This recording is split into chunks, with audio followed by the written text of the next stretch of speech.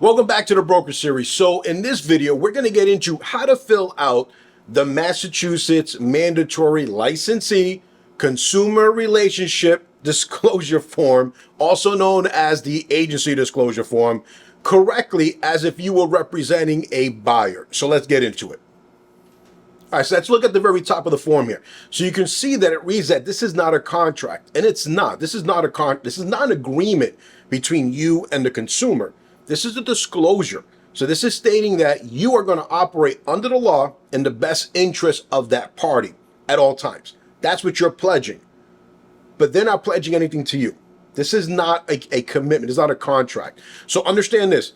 The relationship and the contract are two different things. Okay, you can have a relationship without a contract, and we see a lot of that, and we'll get into it, right? Or you could technically have a contract and not have a relationship. That's if your client decides to fire you or whatever it is, but they're still held under the contract, okay? So understand that. This is not a contract. Now, when and why do you need to provide this? Well, the state of Massachusetts says, listen, you have to provide this during your first face-to-face encounter with a prospective customer, right, prospective client, to discuss a specific property. So if you're showing a property, that's the first time you're meeting this person, right, you're discussing a specific property, you have to have this disclosure done at that moment. You can't wait until you write up the offer or a week from now, a month from now. It's at that time. And technically, right, because this is from the state of Massachusetts, if you do not do this, it's a violation of Chapter 93A. That's the consumer protection laws.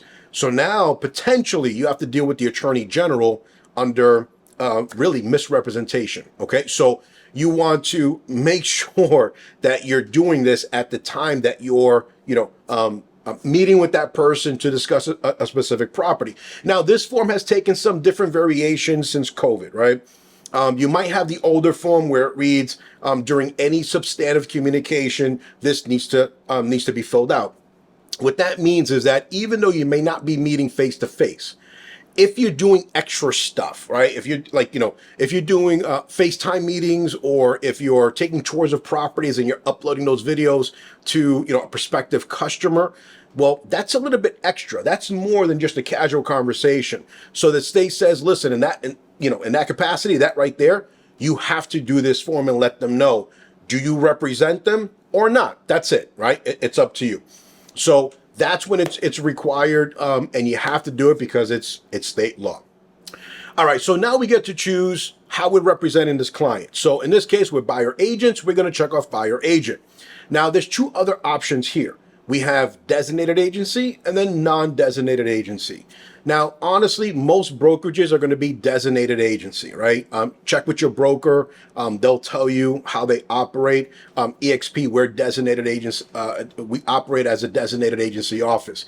Now, what does that mean? Well, it means that you become the designated agent of that client. So in this case, I'm the designated buyer agent. If that buyer by chance happens to be interested in a listing that's within my brokerage, there is no conflict of interest. I will represent that buyer, and whoever is representing the seller, on the listing on our side, represents the seller, and that's it. Each person has their own agent. Everything is fine. There's no conflict.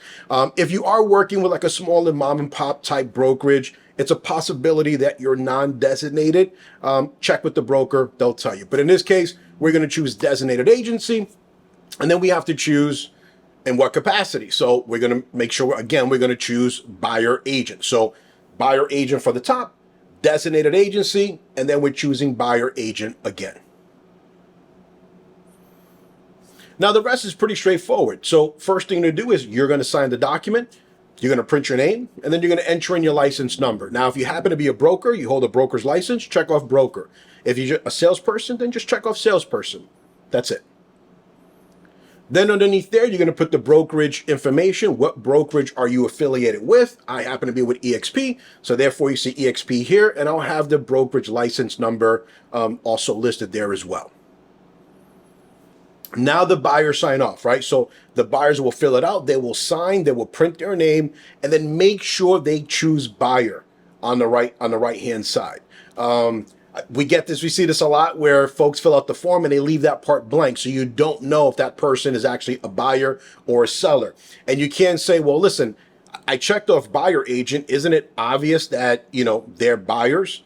No, it's not obvious, because it's possible that you could be a buyer's agent, but you are maybe working with a FSBO, and that person, you don't represent them. They're the seller. So that has to be disclosed here. Okay, so make sure you have buyer checked off. So when everything's all said and done, this is what your document should look like. Now, I do want to point out this little box that's here in the bottom of the document, okay? Now, understand this. This is required by law. You as an agent, you must provide this disclosure to the consumer. However, the consumer isn't obligated to sign this. So sometimes, and this has happened, right, where you're working with someone, they say, listen, I went to a workshop. They said that I should not sign any documents until my attorney reviews it. That happens, okay? And that's fine. If you present this to someone and they fail, they're like, I don't want to sign off. I don't want that, no problem. Check the little checkbox, write the date and time of when you presented this document, and then give it to your broker, right? We have to hold on to this document in the event that there's an audit and the board wants to know, hey, we know that you were working with this particular person, even though they didn't buy anything, was the disclosure forms filled out? Well, if we have this here, we can say, listen, we presented it. This is when it was done. The consumer failed to sign it and acknowledge it. And that's okay. And that's fine. As long as your signature is on it as the agent, we're good.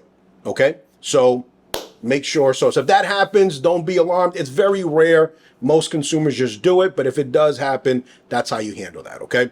Well, listen, I hope you found this helpful. If you have any questions, comments, concerns, whatever, reach out to me. I'll certainly get back to you.